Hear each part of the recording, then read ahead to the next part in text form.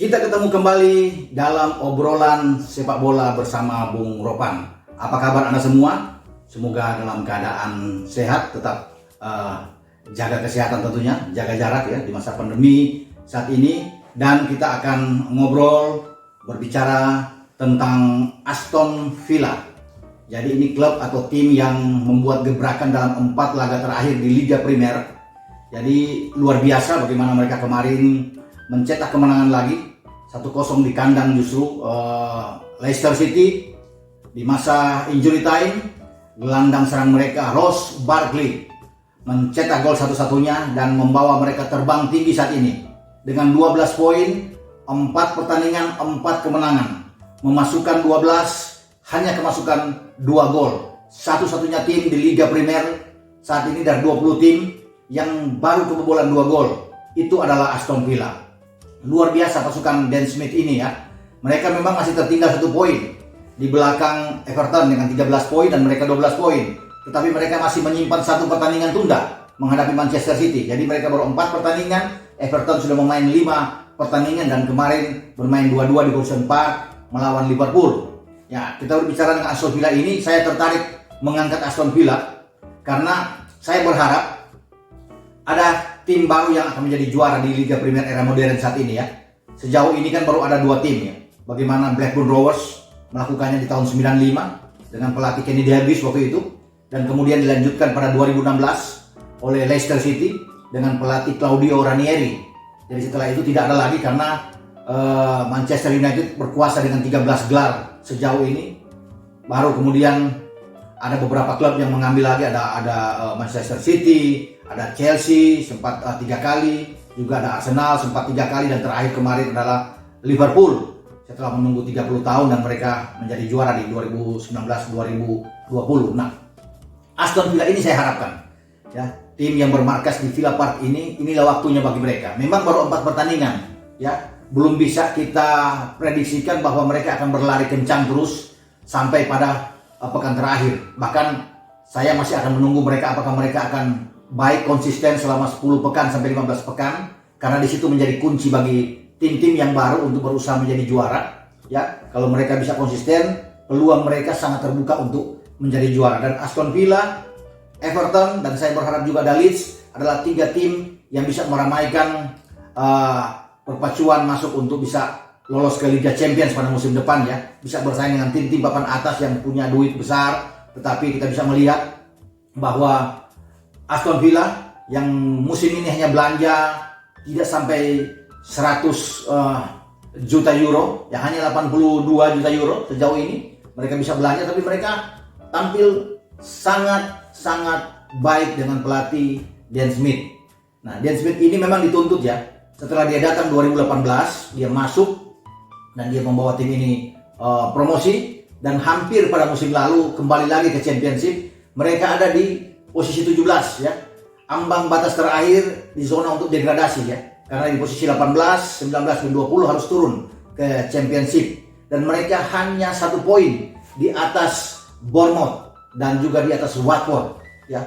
Norwich paling bawah memang hanya 21 poin, tetapi Watford dan Bournemouth itu adalah 2 tim yang bisa menjegal, bisa menarik Aston Villa untuk turun degradasi.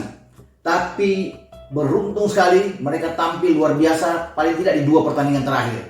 Mereka bisa merebut 3 poin melawan Arsenal dan menghadapi West Ham di kandang West Ham mereka bermain 1-1. Seandainya mereka terjungkal 1 kali saja melawan Arsenal atau dengan West Ham, mereka pasti tidak akan mungkin lolos. Hanya dengan 33 poin memberi kesempatan kepada Bournemouth yang unggul selisih poin dari Watford untuk bisa lolos, dan Aston Villa bisa berada di peringkat 18 atau 19 saat itu. 18 lah bisa akan turun ya. Tetapi mereka tampil sangat baik. Bahkan sebelum mereka menang lawan Arsenal dan draw lawan West Ham, mereka juga draw lawan Everton. Jadi 3 laga terakhir mereka tidak kalah. Banyak yang membayangkan bahwa mereka akan turun karena mereka harus ke West Ham, tapi mereka bisa bermain 1-1, itu menjadi kunci buat mereka. Sehingga di saat mereka punya 34 poin dengan tambah 1 poin jadi 35, dan mereka berada di atas Bournemouth dan Watford. Selamatlah pasukan Dan Smith ini. Tapi mereka memang harus ada perubahan ya. Ketika manajemen melihat ini bahwa di peringkat 17 hanya 9 kemenangan, 8 imbang, 21 mereka kalah pada musim lalu. 21 kali mereka tumbang. Ini memang tidak mengenakan ya, bagi manajemen itu bisa melihat harus ada perubahan besar-besaran. Bahkan ada hampir 70 gol yang mereka kebobolan ya. 67. Jadi ini merupakan suatu petaka buat mereka. Lini belakang yang dianggap sangat rapuh. Kemudian di tengah juga agak kurang begitu bagus ya kalau melihat dari rentetan permainan mereka.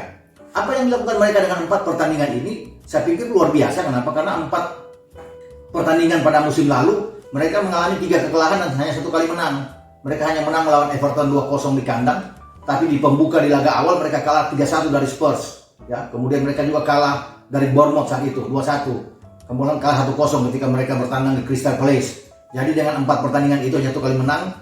Ironis sekali bertolak belakang dengan apa yang mereka lakukan pada musim ini. Ketika mereka start dengan sangat bagus, 4 kemenangan, 12 poin.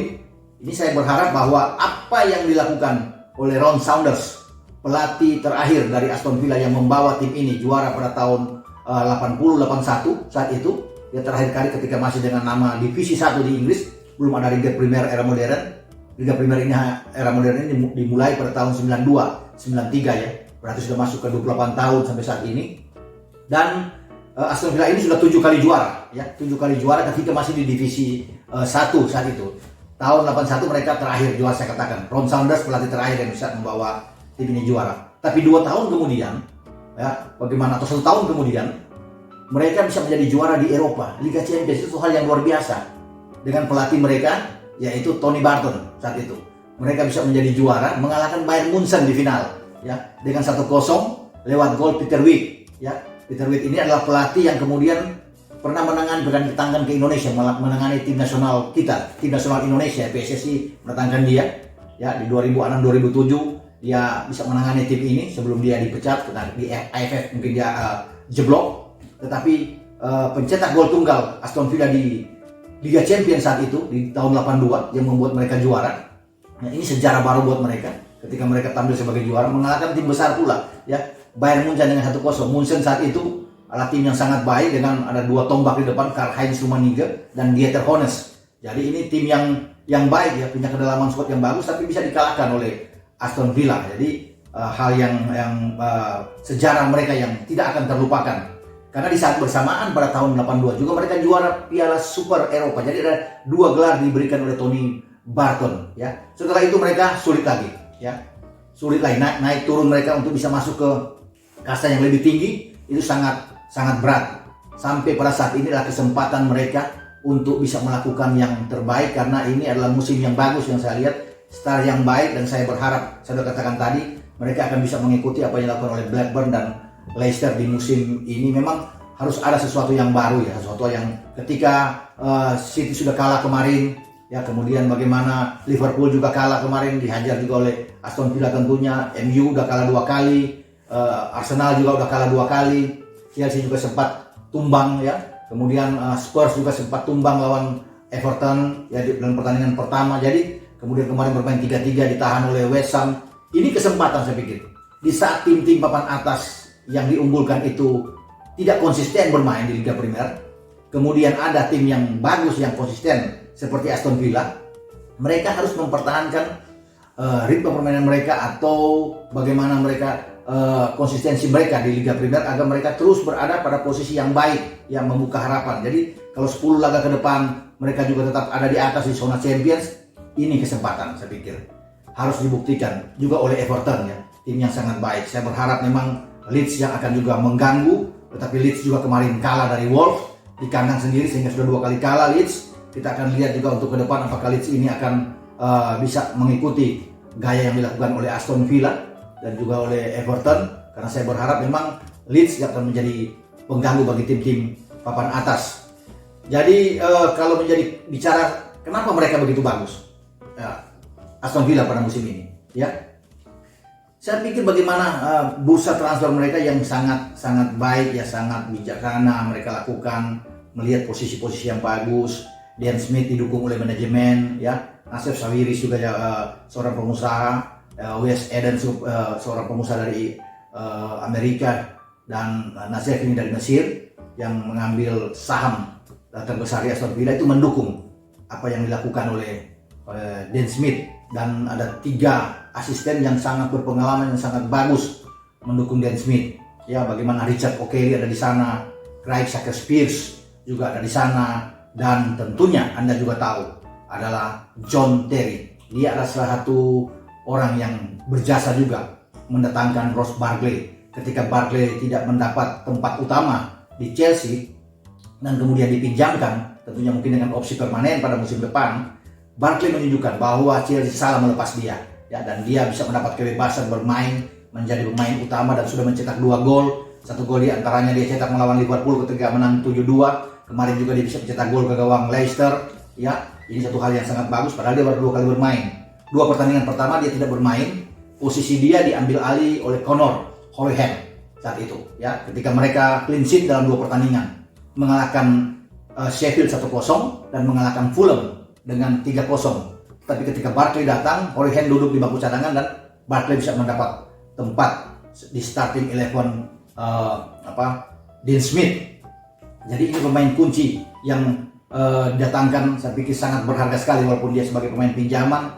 Tetapi kita bisa melihat satu lagi bagaimana Emilio Martinez juga didatangkan, dibeli oleh Aston Villa. Ini satu hal yang sangat bagus. Ketika Martinez galau di Arsenal, dia tidak bisa mendapatkan tempat utama, walaupun dia ikut memberikan andil luar biasa, membawa Arsenal juara di Piala FA, di Community Shield, mereka mengalahkan Liverpool. Tapi karena ada ancaman di sana, dia sulit untuk bisa menyodok Ben Leno, penjaga gawang utama Arsenal. Akhirnya dia dilepas dan dia menjadi kiper utama, penjaga gawang utama di Aston Villa, dan sudah dibuktikan 3 clean sheet dari 4 pertandingan dari Emilio Martinez membuat dia menjadi penjaga gawang satu-satunya yang 3 kali clean sheet di Liga Premier musim ini. Suatu hal yang sangat bagus, dan penjaga gawang yang paling sedikit kemasukan dengan 2 gol. Keberadaan dia ini atas satu hal yang sangat baik, dan dia bersyukur bahwa dia bisa keluar dari Arsenal untuk berada bersama-sama dengan pasukan Dan Smith. Jadi transfer pada musim ini adalah transfer terbaik mereka yang saya lihat, walaupun cuma 82 juta euro. Tetapi banyak pemain-pemain yang didatangkan itu pas sesuai dengan selera dari manajemen dan juga Dan Smith. Sedikit, tidak terlalu banyak mengeluarkan uang, tapi bagaimana mereka memperlihatkan dengan prestasi yang sangat bagus. Kalau kita bisa melihat bagaimana mereka bisa mendatangkan, ya, Ollie Watkins, ya, pada musim ini, pemain asal Brentford yang didatangkan dengan 30 juta euro, ya, striker. Kemudian mereka juga bisa mendatangkan Bertrand Traore dari Lyon, ya, dengan 18,4 juta euro. Emilio Martinez sudah katakan tadi, mereka bisa mendatangkan dengan 17,4 juta euro. Ada pemain belakang Matty Cash dari Nottingham Forest, ya, di Championship. Mereka beli dengan 15,7 juta euro. Ini adalah bek kanan, ya, Matty Cash, dan Ross Barkley, pemain yang didatangkan dari Chelsea dengan pinjaman dengan opsi permanen tentunya. Dan ada 2 pemain yang balik dari masa peminjaman mereka ketika berakhir, ya, dan ditarik kembali ke Aston Villa, yaitu pemain belakang James Bree yang balik dari Luton Town, dan juga penjaga gawang Lovre Kalinic yang kembali dari Toulouse di Ligue 1 Prancis. Jadi itulah pemain-pemain yang bisa didatangkan oleh Aston Villa pada musim ini, dan mereka belanja tidak begitu jor-joran, tidak begitu mahal, tetapi pada posisi-posisi yang tepat, sehingga ini mendukung starting 11 bagi Dan Smith. Karena selain Martinez di bawah Mister, mereka punya Matty Cash tentunya di kanan, dengan 2 bek tengah, Ashley Konsa dan Tyrone Mings. Bek kirinya adalah Matt Target. 2 gelandang yang lebih bertahan adalah John McGinn dan Douglas Luiz.